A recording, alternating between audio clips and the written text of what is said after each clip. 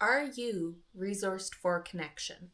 And by that, I mean, are you nourishing yourself in a way where you have the capacity to nurture relationships and community, not just until you get them, but so you can sustain them too?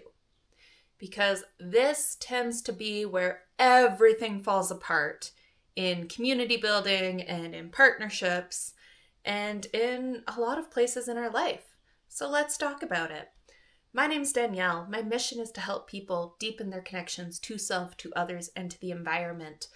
And this is the foundation that my community building, my People First Change Management is built on. If you're interested in learning more, make sure you subscribe so you don't miss these weekly leadership development updates, and community building tidbits. Now, back to the question at hand. Are you actually resourced for connection? Because many of us aren't. We live in a system that makes it very hard to put the time and energy that's needed into the connections and communities that we actually want to nourish. Add that into the fact that we've experienced generational de-skilling in our capacity to connect and to build community, and we're kind of in a pickle. And I can say this, I bring this from a place of we can relearn these skills even while living in this system. We can do this work. How do I know? Because I'm doing it. I am actively in the process of continuing to build my capacity for connection. And that came from a place where it literally felt like even smiling at my partner was as hard as lifting a boulder. And yet now I'm comfortable. Now I'm going up and talking to people. Now I'm learning how to build relationships that are not just reciprocal, but that aren't necessarily being built in order to meet my financial needs or for anything beyond just the joy of connecting with like-minded people. And yes, community, part of the joys of being in community is we can have our needs met in these community spaces. That is important. I'm not advocating that we give and give and give and burn out, or that we're constantly the doer and never receiving. But I am advocating for a shift of mindset away from this tit-for-tat approach to relationships and instead into one of service, one that is in service of connection. And to do that in a way that we are being integrous to ourselves and our values, to do that in a way that's sustainable, and to do that in a way that really is joyful. We need to be resourced for connection. We need to nourish ourselves so that we have this capacity to connect more deeply with our partners, the people we're in relationships with, to our family members, and to our community. And maybe that's your best friend, maybe that's your neighbor, maybe that's just the grocery store clerk that you see once a week. But these are all people that we can deepen into community with when we shift our mindset. Now, let's talk about this being resourced for connection. What does this actually mean? Well, as someone who spent many years under-resourced for connection, let me tell you what it's not. When you are burnt out, exhausted, when you've been the overgiver for so long, maybe you're an empath, maybe you're someone who you've been working in the nonprofit cycle, all of these spaces, the cycle of overgiving, the pattern of overgiving is normalized. And the issue with this pattern is we're never taught how to fill our own cup. And so we put a bunch of labels on it. We call it burnout. We call it compassion fatigue. We call it finally putting up boundaries. And really, frankly, for most of us, we get to a point where we're so exhausted by being taken from that we self-isolate so we can meet ourselves again. And at least that's what it was like for me. I was living in a city, away from home, away from my family. I was part of a community that, we would see each other almost weekly, but they weren't a community in the sense of reciprocity, of true connection. We met to sing karaoke. I was dating someone and we lived together. We loved one another, but there was a lot of wounding and limiting beliefs and patterns of hurt that kept reappearing. And I'm saying this because it was both of our faults. I definitely played a role in that cycle too. And I think it's important when we can, especially, I'm not saying that you should take accountability if you've ever been in a situation of violence or harm or abuse. But for those of us who've just been in relationships where things didn't work out, we can do a lot to come into an understanding of the role we played too. And I think above all, what really cemented this pattern, this feeling of complete emptiness and lack within me, was I was going into those communities, those patterns, those relationships, after basically being in school and academia for 20 years straight, if I count kindergarten. But I went from high school to my undergrad, and then from my undergrad straight to my master's. So even just post-secondary, I was going from 7 years of academic work, and I was tired. I was exhausted. I was burnt out. I excelled in this structured system because I knew exactly what I needed to do to get the right marks. But my body, my soul was very drained. And so at that point of my life, I was just looking for any community, any person to be able to hold this husk version of myself. However, that also meant I was seeking communities and partnerships that did not ask a lot from me, and therefore were not equipped to offer much of themselves.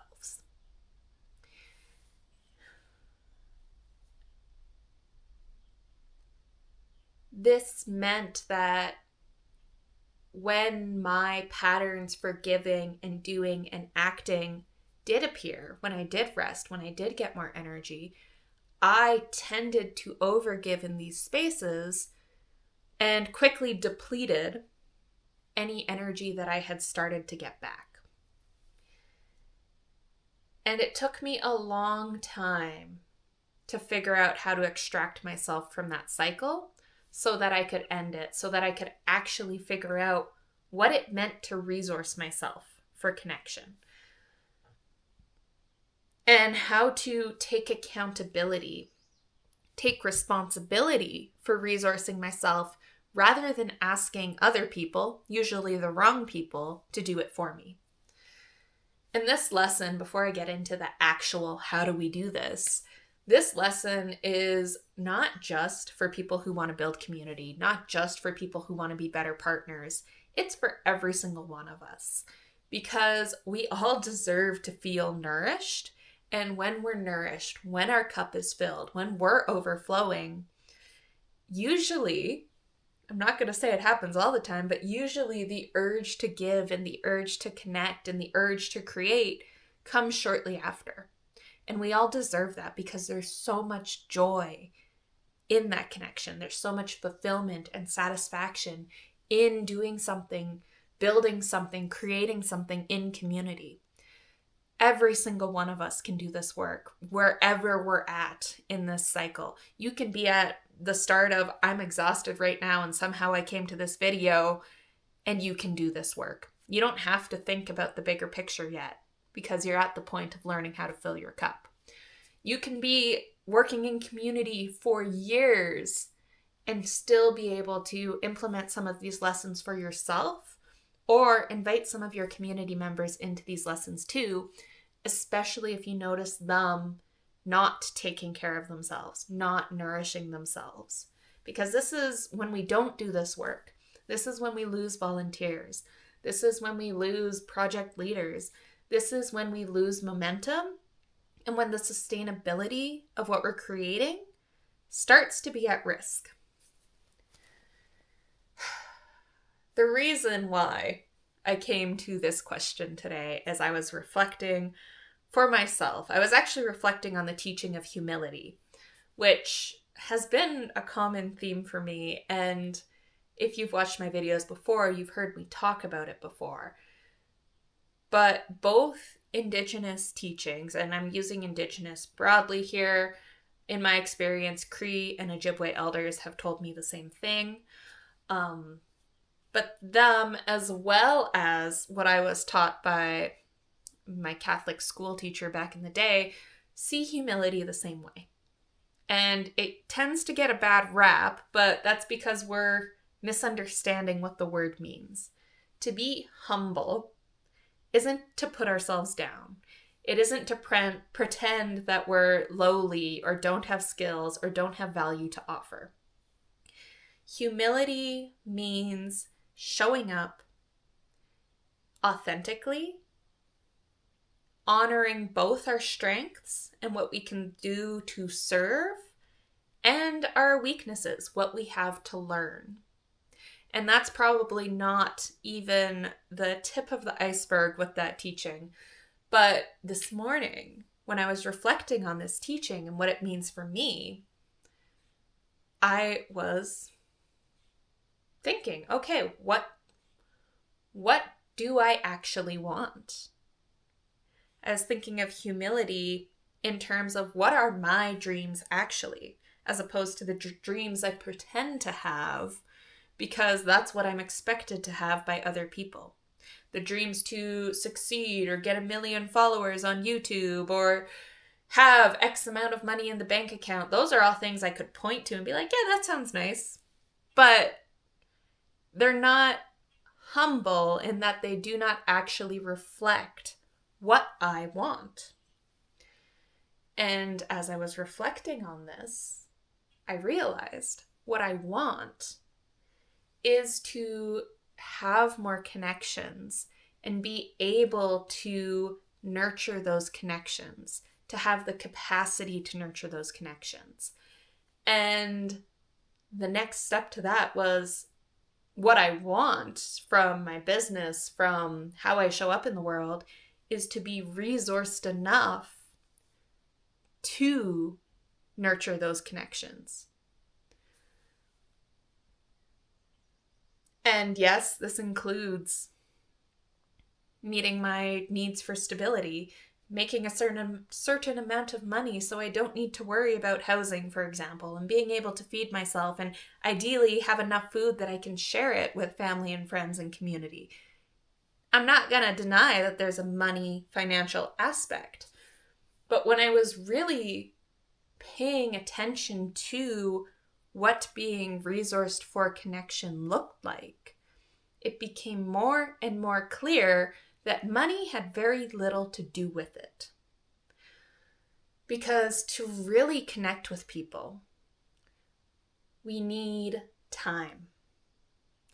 We need to have the freedom of time without deadlines to actually talk, to actually let the walls come down, to actually let the relationship grow and blossom and deepen in its own time, without an expectation that we should be able to harvest the fruit of that network, perhaps that business connection, within a week. We need to have opportunity to play, to be joyful with one another. For me, this very much looks like going and finding hubs of creativity or places of learning where people are so passionate or enamored with a certain subject that their passion and joy seeps through the work or seeps through the lecture they're giving, and I get to partake in that.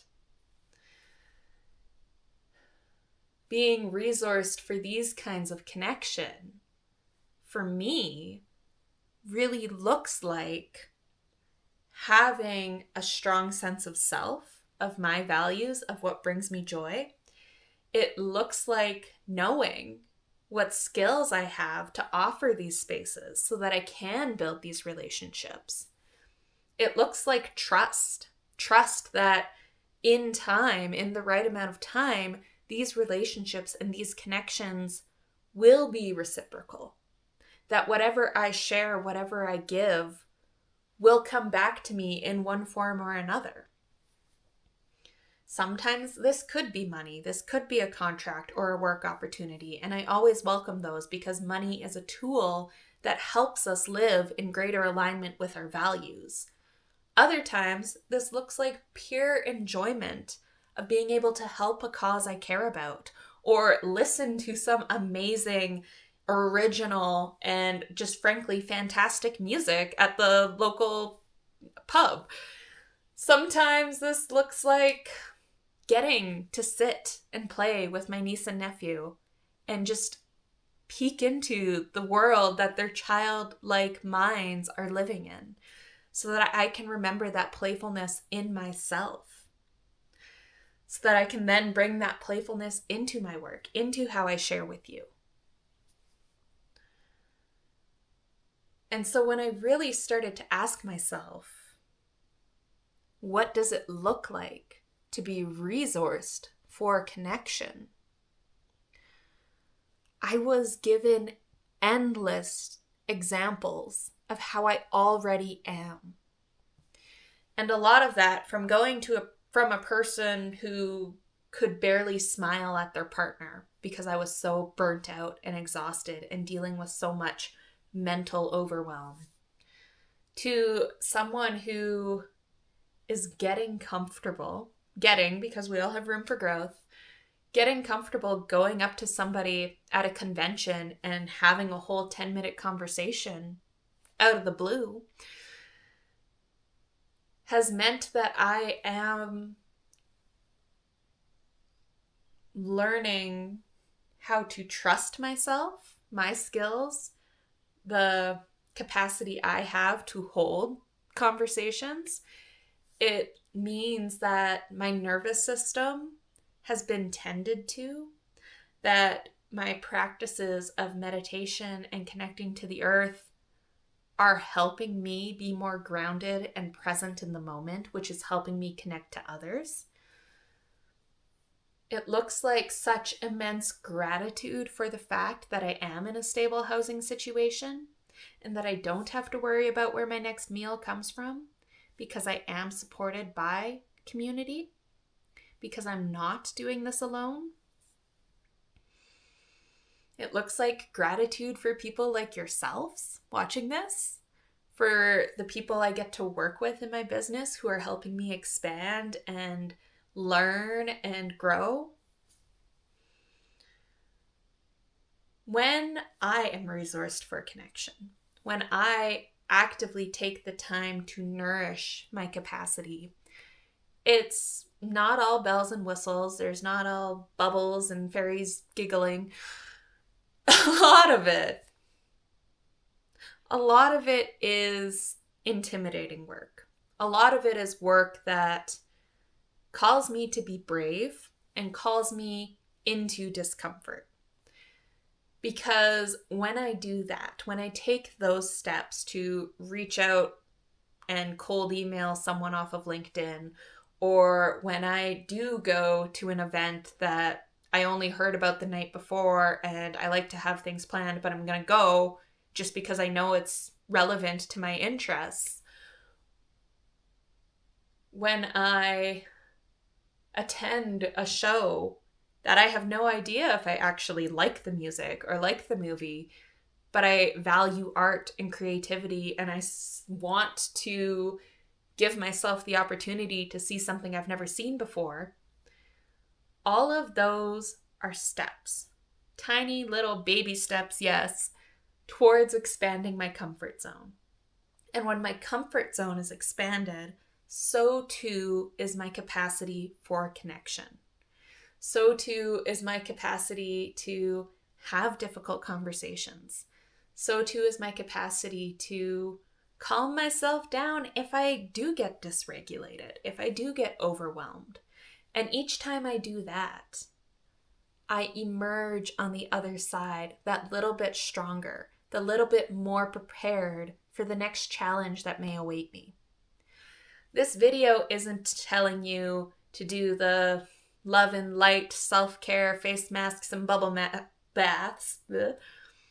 I love all those things, but this video is not telling you to do that.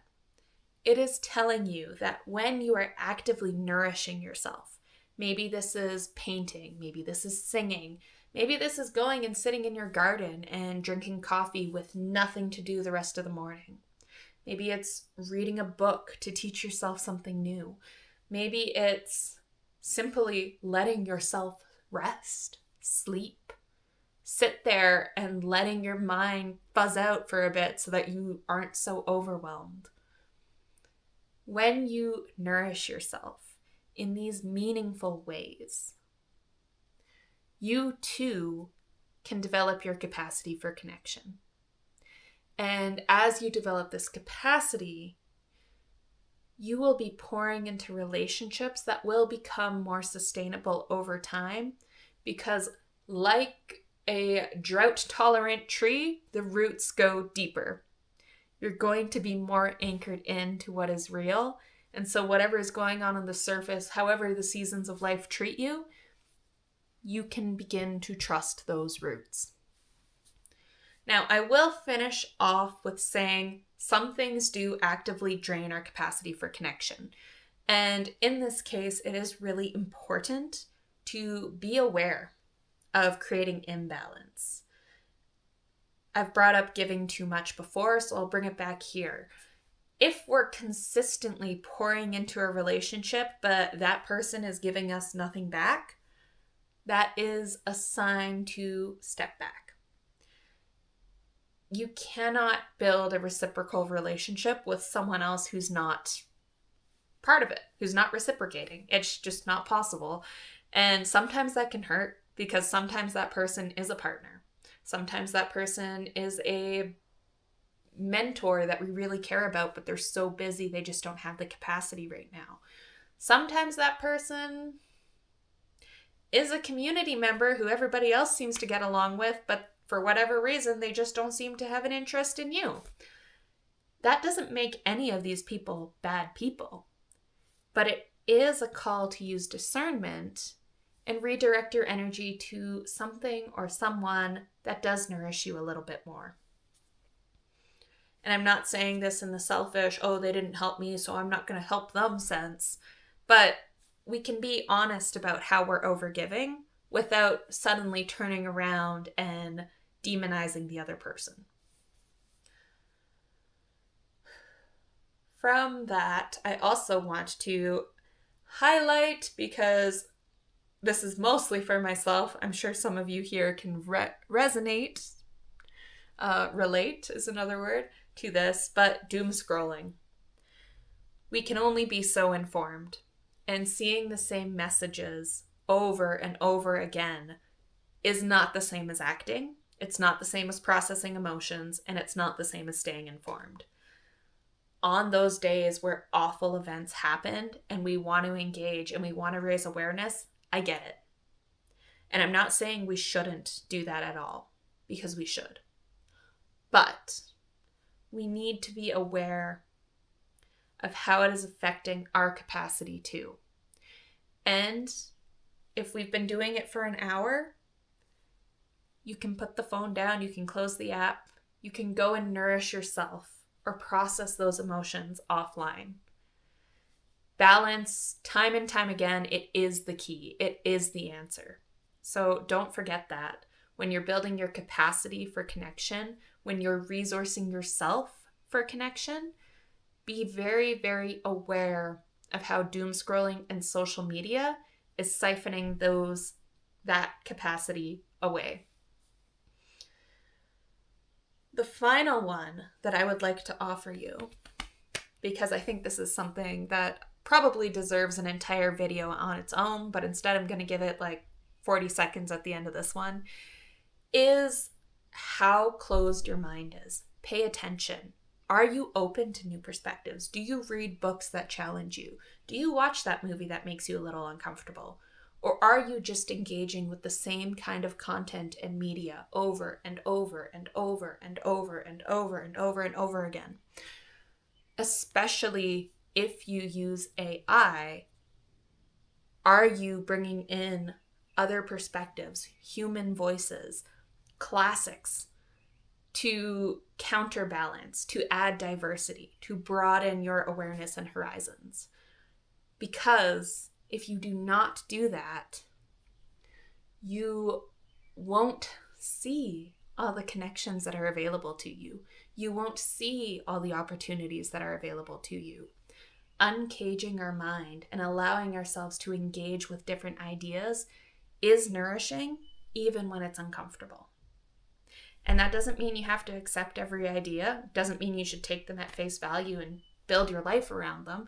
I trust you to use discernment and only integrate what you really resonate with. But if you're someone who wants to build community work, learning how to sit with different perspectives and how to practice empathy is necessary. This is part of connecting. Opening your mind is part of connecting. So that is just one more thing I would like to bring awareness to before I close this video out. I hope you enjoyed this one. My name is Danielle. If you want to see more videos like this about community building and leadership development and how to regulate your nervous system to do all of that, please subscribe. I post weekly, and let's make your story a vibrant one.